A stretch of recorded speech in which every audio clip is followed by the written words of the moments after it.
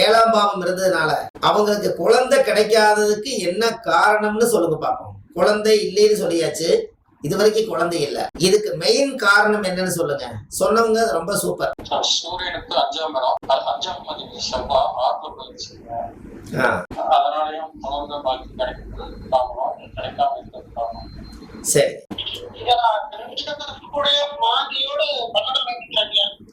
அந்த 12ஆம் பாவம் கட்டில் சுகம் தாம்பத்திய வாழ்க்கையிலையும் போய் மாந்தி உட்காந்துக்குது. அது ஒரு குற்றம் தான். கரெக்ட் தான், சொல்லுங்க. அது ஒரு குற்றம் தான். குழுகன் என்ன வீடு குட்டிச்சவர் இருந்தாங்க. அப்ப அந்த காலத்துல அந்த குழுகன் 12ஆம் இடம் படுக்கை அறை கட்டில் சுகத்துல போய் அது இருக்கிறது பெரிய தவறு தான். அடுத்தபடியே என்ன பிரச்சனைனால குழந்தை கிடைக்கலன்னு சொல்லுங்க. இந்த பொண்ணோட ஜாதகத்துலதான் இவ்வளவு பிரச்சனை. ஆனா இந்த பொண்ணோட ஜாதகத்துல பிரச்சனையா இருக்கிறதுனால நான் என்ன சொன்னேன்னா, உங்களுக்கு இன்னும் சொல்றீங்களா? நான் சொல்லவா? இந்த ஜாதகரு மெயினா, அதாவது நான் பார்த்தோன்னே என்ன சொன்னா, உயிரணுக்கள் சக்தி கம்மியா இருக்கக்கூடிய மாப்பிள்ளைய நீங்க திருமணம் பண்ணிக்கிறீங்கன்னு சொன்னேன். அந்த மாதிரி எப்படி சார் அது எப்படி அப்படின்னு கேக்குறாங்க. அத சொல்றேங்க சார். ஐயா ஐயா கேக்குதுங்களா? இந்த ஜாதகத்தை பார்த்தோன்னே நான் என்ன சொன்னேன்னா, உயிரணுக்கள் சக்தி குழந்தை பாக்கியம் பெத்துக்கிறதுக்கு உயிரணுக்கள் சக்தி கம்மியா இருக்கக்கூடிய மாப்பிள்ளையை நீங்க திருமணம் பண்ணியிருப்பீங்கன்னு சொன்னேன். அந்த அம்மா பார்த்துட்டு சொல்ல முடியல, ஒரு அவங்ககிட்ட இருந்து ஓப்பனா சொல்லிட்டாருங்கிற மாதிரி ஒரு விஷயம், உண்மையை சொல்லிட்டாருங்கிற ஒரு விஷயம். இதுக்கு நான் என்ன சொன்னேன்னா, அது எதனால அப்படி சொன்னேன் அப்படின்னா, அவங்க சொன்னதும் கரெக்டா ரூலும் கரெக்டா வந்தது. சூரியன் என்ற நட்சத்திரம் என்னன்னு பாருங்க.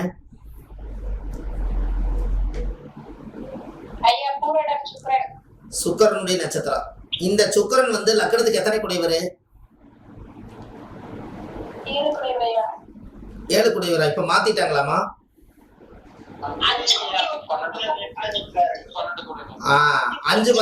5 குடையவர். அப்போ 5ஆம் இடம் தான் குழந்தை, 12ஆம் இடம் தான் படுக்கை அறை, கட்டில் சுகம் 12. அப்ப 5 குழந்தை. இந்த 5, 12 சம்பந்தப்பட்ட நட்சத்திரமே போய் முடக்கம் பண்ண அவங்க நேரடியா குடும்ப சந்தோஷத்துல ஈடுபட்டு கட்டில் சுகத்தாலையும் அந்த பெண்ணுக்கு கொடுக்கக்கூடிய யோகாதிபதியும் எதுவும் இல்லாம அந்த ஜாதகருக்கு 5 வருஷமாயி குழந்தை கிடைக்கல. எப்படி?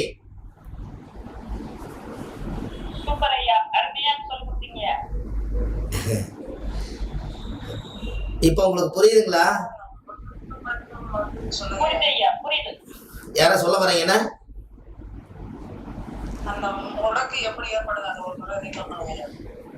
முடக்கு நட்சத்திரத்துக்கு உங்களுக்கு முடக்கு பேட்டர்ன் இருக்கும் பாருங்க. முடக்கு பேட்டர்ன் இருக்கு அவங்ககிட்ட?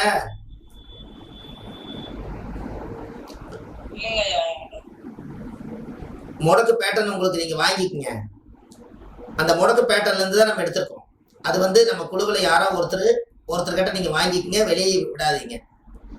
அந்த முடக்கு நட்சத்திரம் அது தனுசு வீடா வந்ததுனால அதாவது சுக்கிரன் நல்லா பாருங்க அந்த ஜாதகத்தை. இந்த பொண்ணுக்கு 7ஆம் இடம் கணவன் ஸ்தானம் முடக்காயி, 5ஆம் இடம் புத்திரஸ்தானமே முடக்கு நட்சத்திரமாயி, 12ஆம் இடம் கட்டில் சுகம் தாம்பத்திய வாழ்க்கைக்கு உண்டான நிம்மதியான தூக்கத்துக்கு உண்டான ஒரு சந்தோஷமா இருக்கக்கூடிய சுக்கரன் 5, 12 குடைவரே முடக்கு நட்சத்திரமாயி, அவரே போய் 8ல போய் அவரு போய் பாவ கிரகங்கள் சனி ராகுக்கு சென்டர்ல சுக்கரன் மாட்டிட்டாரா?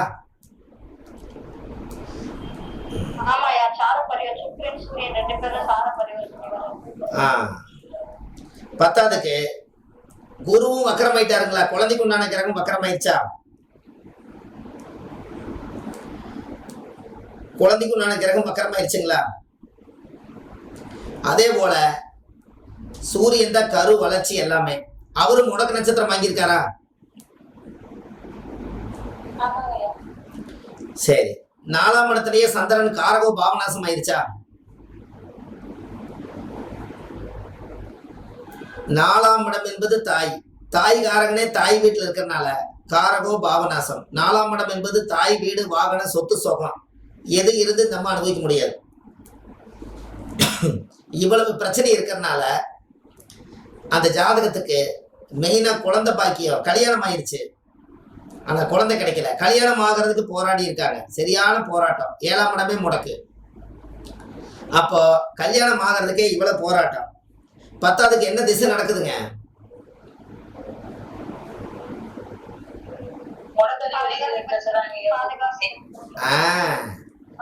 பாதகாதிபதி திசை பிளஸ் முடக்காதிபதி திசை. அப்போ இந்த பொண்ணுக்கு சந்திர திசை 2 வருஷம் 4 மாசம் 18 நாள் இருப்பு. ஏன்னா அஸ்த நட்சத்திரம் அல்லவா இந்த அம்மா.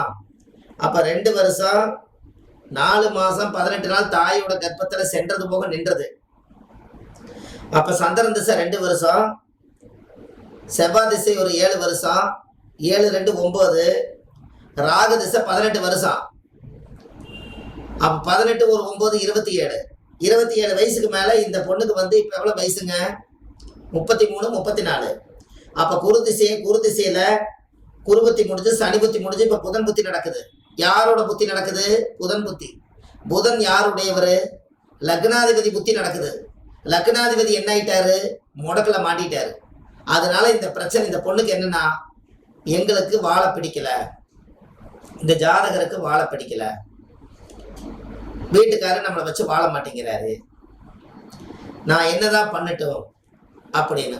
ஒரு குழந்தை தத்து எடுக்கலாமான்னு கேட்டா அவங்க குடும்பத்துல ஒத்துக்க மாட்டேங்கிறாங்க, மாப்பிள்ளை வீட்டு சைடு. ஏன் அப்படின்னா இந்த பொண்ணுக்கு குரு வக்கரமா இருக்கிறனால குழந்தை தத்தெடுக்க முடியல. முடக்காதிபதியே வக்கரமா இருக்கிறனால, அது குரு திசை நடக்கிறனால தத்தெடுத்து பண்ணலாம்னா 7 பாதகாதிபதி. அப்ப இவ்வளவு பிரச்சனை இருக்கிறனால இந்த ஜாதகம் நம்ம கிட்ட வருது. இதுக்கு என்ன தீர்வுன்னு சொல்லுங்க. இப்ப ஜாதகம் இதுவரைக்கும் பார்த்தது எப்படி இருக்குன்னு சொல்லுங்க. ஜாதகம் பார்த்தாச்சு. சூப்பர் ஐயா, அருமையான விளக்கம். என்னங்கம்மா? அருமையான விளக்கம் ஐயா. ஆமா, ஒரே ஒரு கட்டத்தான் கொடுத்தாங்க. அவங்க வாழ்க்கையில வாழ்ந்தது பூராமே இந்த கட்டத்துக்குள்ள வாழுது, அப்படியே தெரியுது. பார்த்த உடனேயுமே சக்கு சக்கு சக்கு சக்குன்னு எடுத்தாச்சு. இதுல எல்லாத்தையும் சொல்லி வந்தாச்சு. அப்படியே எடுத்துக்கங்க. வேணா நீங்க லைனை சுத்தி வேணா வாங்க. அந்த ஜாதகருக்கு குடும்பாதிபதியே யாருன்னு கேட்டீங்கன்னா, லக்னத்துக்கு 2ஆம் இடம் சந்திரனோட வீடு. அந்த சந்திரனே அந்த அம்மா ஜென்ம நட்சத்திர வீடே வாங்கிட்டாங்க குடும்பஸ்தானத்துல. முடக்கு உட்கார்ந்துருச்சு, குடும்பங்கிற பேரை அங்கீகாரம்.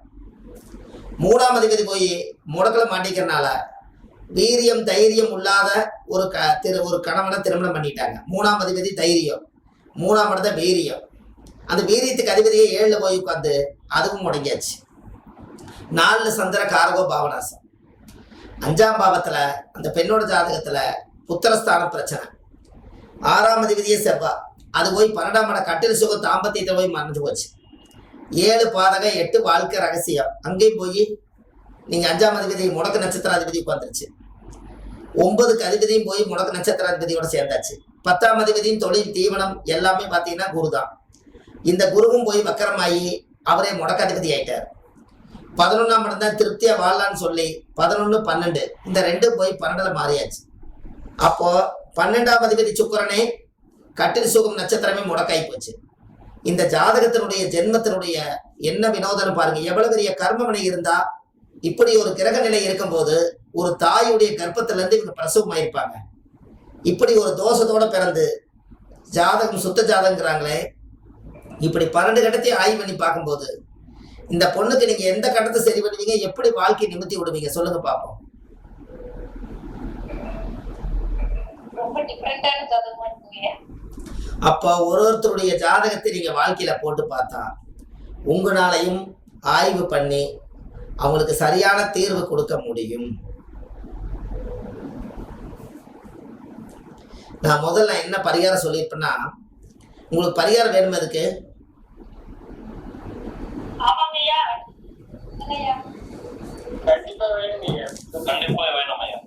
நான் என்ன சொன்னேன்னா, முதல்ல இவ்வளவு பிரச்சனை இருக்குது, இதுக்கு நீங்க தீர்வு எவ்வளவு கொடுத்துட முடியும்னு நினைக்கிறீங்க?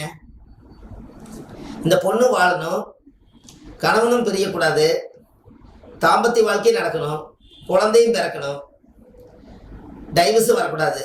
இந்த பொண்ணுக்கு ஒரு தடவை தான் வாழ்க்கை. இதை வாழ்க்கையை தொலைச்சாச்சுன்னா அவங்களுடைய வாழ்க்கை என்ன ஆகுன்னு நம்மளுக்கும் தெரியல. அப்ப இந்த பொண்ணை இருக்கிற வாழ்க்கையில தொட்டுக்கோ தொடச்சுக்கோ இருக்குது. இது எப்படியாவது நம்ம ஜோசியரா இருந்து காப்பாத்தி ஆகணும். என்ன பண்ணலாம்? இந்த ஜாதகத்துல 9 கோள்களுமே இப்படி இருக்கிற சூழ்நிலை நான் என்ன சொன்னேன்னா, உங்களோட ஜென்ம நட்சத்திரத்தன்னைக்கு போய் முதல்ல உங்களுடைய நவகிரக கோயிலுக்கு முதல்ல கும்பகோணத்துல 3 நாளைக்கு தங்கிருங்க. எல்லா கோயிலையும் போய் தேங்காய் பழம் பூ மாலை கல்கண்டு வாங்கி அர்ச்சனை பண்ணி 3 நாளுக்குள்ள 9 கோயில் பார்த்துருக்கேன்னு சொன்னேன். ஏன்னா ஜாதக கட்டத்தில் இருக்கிறதுல எல்லாமே பிரச்சனை, நீங்க எந்த பிரச்சனையும் சொல்ல முடியும். அதனால முதல் நீங்க என்ன பண்றீங்கன்னா, குலதெய்வம் கோயிலில் போய் ஆண்டவனே இது யார் செய்த பாவம்னு எனக்கு தெரியாது, என் முன்னோர்கள் ஏதாவது பாவங்கள் பண்ணியிருந்தாலும் அந்த கர்மாவுடைய ஜெனரேஷன்ல ஏதாவது நான் என் வாழ்க்கையில என்னுடைய முன்னோர்கள் தப்பு பண்ணதுக்கு நான் தான் பலிகாரம் ஆகணும்னு நினைச்சா அதெல்லாம் நிவர்த்தி ஆகி எனக்கு இந்த வாழ்க்கையில எனக்கு வாழ்வாதாரம் வேணும்னு சொல்லி முதல் ஜாதக ரீதியா குலதெய்வத்துக்கு போய் சாமிக்கு தேங்காய் பழம் பூ மாலை கல்கண்டு வாங்கி அர்ச்சனை பண்ணி ஒரு 11 ரூபாய் நான் பிறந்த குத்த காணிக்கைன்னு சொல்லி, நான் பிறந்ததுக்கு குத்த காணிக்கை ஏதாவது இருந்தா இந்த தாம்பூல தட்சணை எல்லாம் உனக்கே தேங்காய் பழம் பூரா உனக்கு தரேன், எல்லாத்தையும் சாப்பிட்டு எனக்கு ஒரு அர்ச்சனை பண்ணி எனக்கு ஒரு ஆசீர்வாதம் பண்ணு, நான் நவகிரக கோயிலுக்கு போயிட்டு வரேன்னு சாமி கிட்ட போய் சொல்லிட்டு வாங்க. அதுக்கு அடுத்தது ஃபர்ஸ்ட் உங்க வாழ்க்கையில 9 கோயிலுக்கு போயிட்டு வாங்க. அந்த 9 கோயிலுமே சூரியனார் சந்திரனார் கோயில் எப்படி நீங்க 9 கோயிலுக்கு போய் உங்க பாதம் பட்டுட்டு வந்துட்டோம். அதுக்கப்புறம் உங்களுக்கு முடக்க கோயில நான் வந்து அந்த ஓலை பார்த்து உங்களுடைய வாழ்க்கையில நான் எடுத்து கொடுக்குறேன்.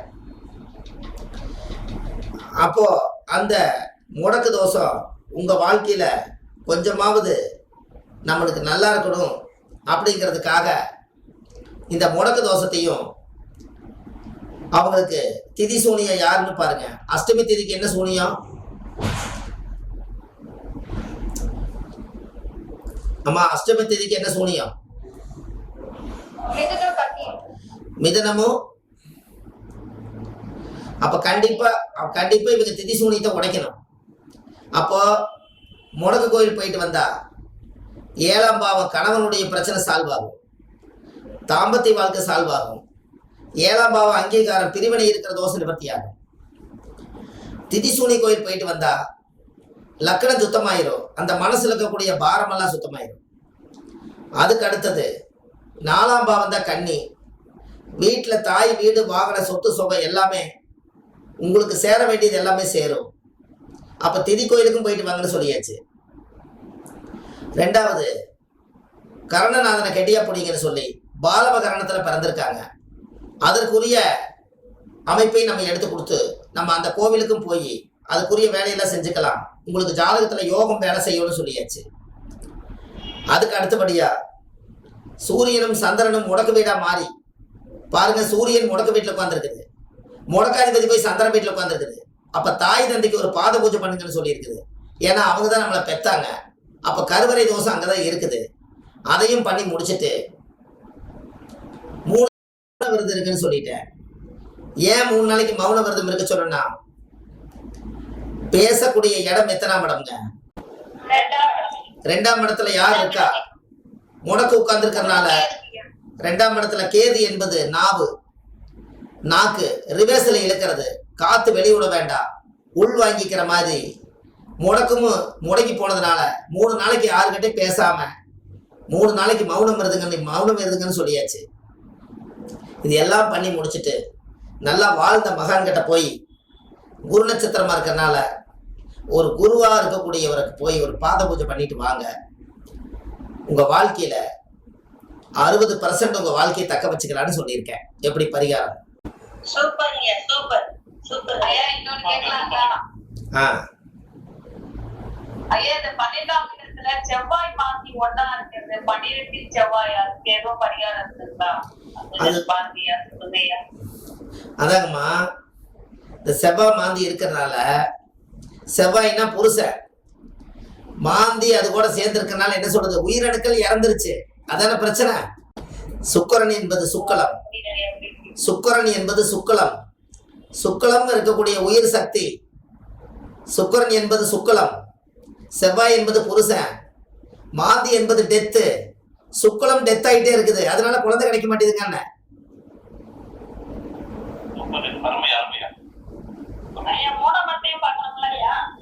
நீங்க அந்த செவ்வாயை 3ஆம் இடத்தை பாக்குது பாருங்க. செவ்வாய் 4ஆம் பார்வையா லக்கணத்துக்கு 3ஆம் இடம் வீரியத்தை போய் லாக் பண்ணி வச்சிருச்சு பாருங்க.